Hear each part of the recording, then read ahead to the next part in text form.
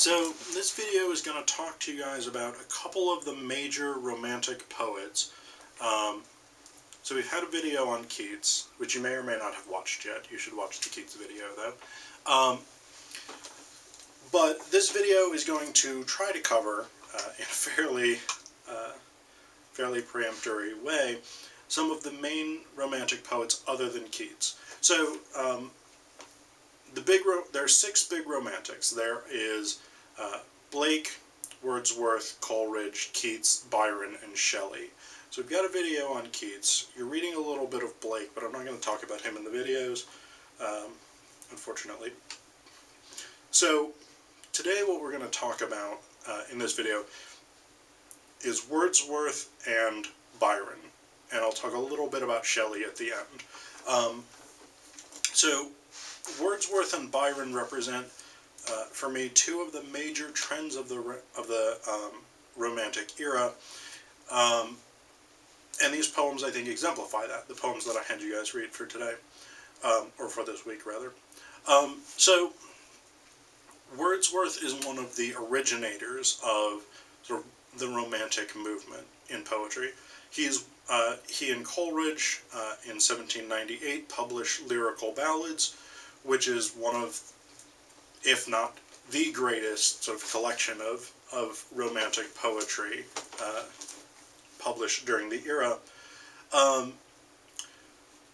Wordsworth is a big proponent of the idea of emotions that emerge organically from experience within the world.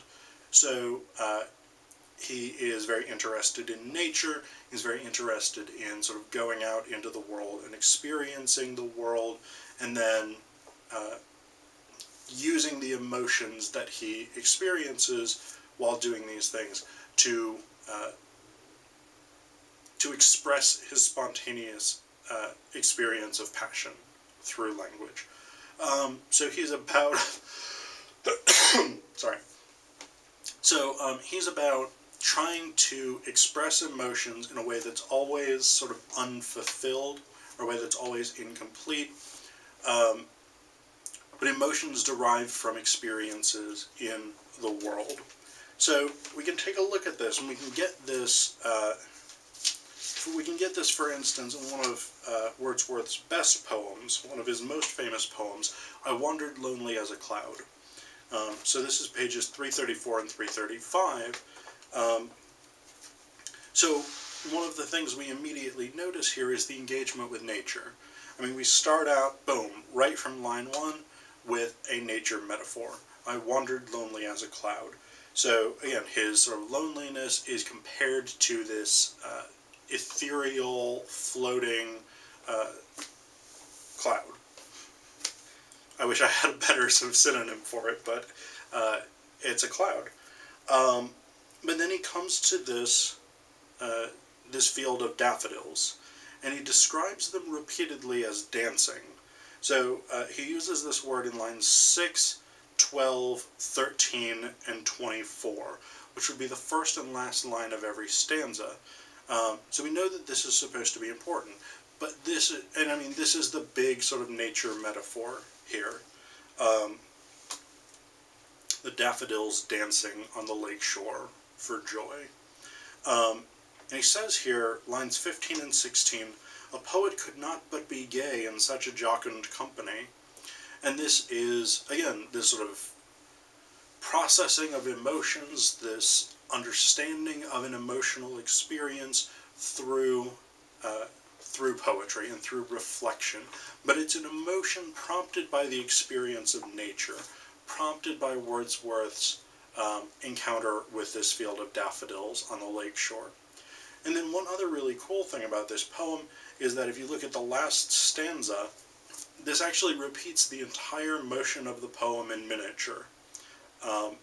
So this stanza begins, "For oft when on my couch I lie in vacant or in pensive mood." This is Wordsworth starting sad, as he started the poem itself. I wandered lonely as a cloud. So he, again, at the beginning of this stanza, is sad, he is depressed, but then they flash, and they, here as the daffodils, They flash upon that inward eye which in the bliss of solitude, and then my heart with pleasure fills and dances with the daffodils. So this is, again, the experience of memory, the experience of nostalgia, and the way that this nostalgia creates a kind of joy, and the joy finds expression in the poem. So this is sort of one of Wordsworth's huge things that he loves doing in his poetry, is to explore an emotional experience, to explore something that he remembers from childhood, or that he experienced probably in the Lake District in northern England, where he's from, and to use that exploration, that exploratory vehicle of the poem, as a way of understanding and processing the emotional experience.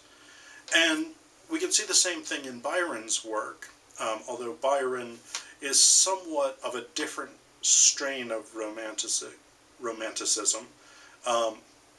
Byron's big thing, and I'll talk through this in She Walks in Beauty, which is one of my favorite poems.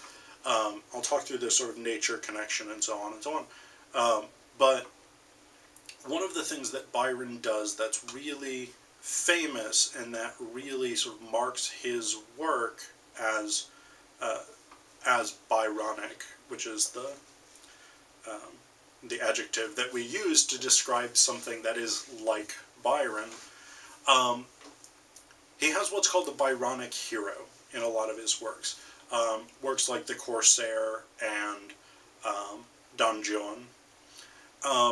And basically the Byronic hero is someone who is immoral because he is, and it's almost always a he, because this was modeled on Byron, or at least was modeled on his public persona. The Byronic hero is someone who disregards conventional morality because he is always in pursuit of his own truth. He is in pursuit of truth about the world as he sees it. So we don't necessarily get that in either of the Byron poems that I had you guys read, but we do get some more sort of standard romantic stuff here.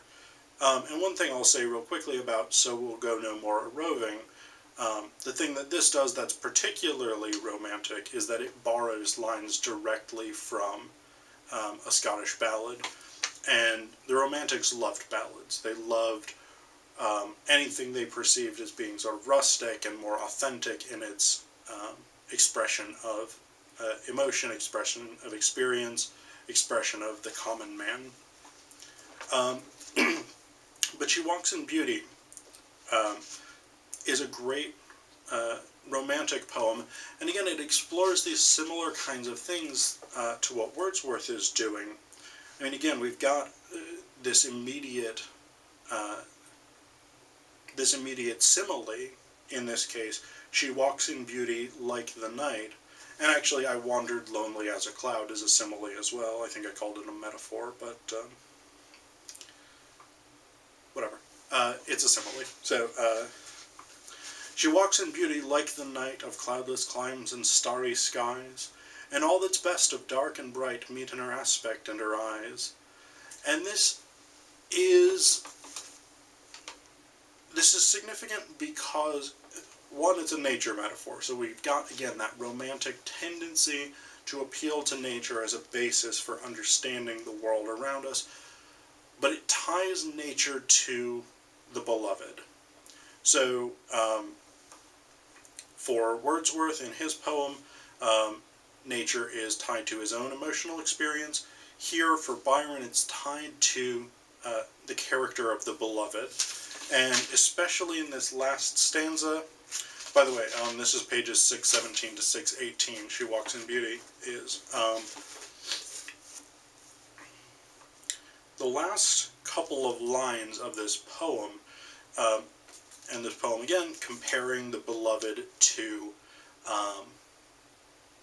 the night, to perfectly balanced sort of evening time, because as he says, at the beginning of stanza 2, one shade the more, one ray the less, had half impaired the nameless grace. So this is about this sort of perfect, like, perfect knight, perfect beloved. And so what we've got here, the last 3 lines, he makes mention of this. Tell up days in goodness spent, a mind at peace with all below, a heart whose love is innocent. So this is about understanding the beloved's moral character, not through her actions, not through her behavior or anything like this, but through her appearance and through the way that Byron characterizes the knight. So, again, we have this connection between nature, between what nature represents and what nature evokes, and human experience of the world, and human sort of passion about the world. And then lastly, real quick, I'll talk just a bit about Percy Bysshe Shelley's Ozymandias. Great poem, one of his famous ones, page 776. And the thing that I want to sort of point out about Ozymandias is that it is a poem about temporality. And this is very characteristic of the Romantics. They love the idea of the temporal. So we start with a traveler from an antique land, in this case ancient Egypt, but this is the era of the Gothic, this is the era of the medieval Romance, and so history is a major interest for the people writing in this era. So we've got that connection to olden times, but then, so I mean, this poem is all about a sort of statue that's crumbled in the desert, and this sort of boast from the king, Ramses II, known to the Greeks as Ozymandias. My name is Ozymandias, king of kings, look on my works, ye mighty, and despair. Nothing beside remains. Round the decay of that colossal wreck, boundless and bare, the lone and level sands stretch far away. So this is about the inevitable decay, decline of everything. So we've got here a number of sort of levels of this. One is that we have a sort of romantic melancholy, oh, I'm going to die, and it's all so tragic kind of thing. And again, you'll get more of that if you look at the melancholy readings for next week. We've also got Shelley as the political radical. Because of the major Romantic poets, he's probably the most radical in terms of being sort of completely egalitarian in the way he looks at the world, being completely democratic, anti-religious, and so on and so on.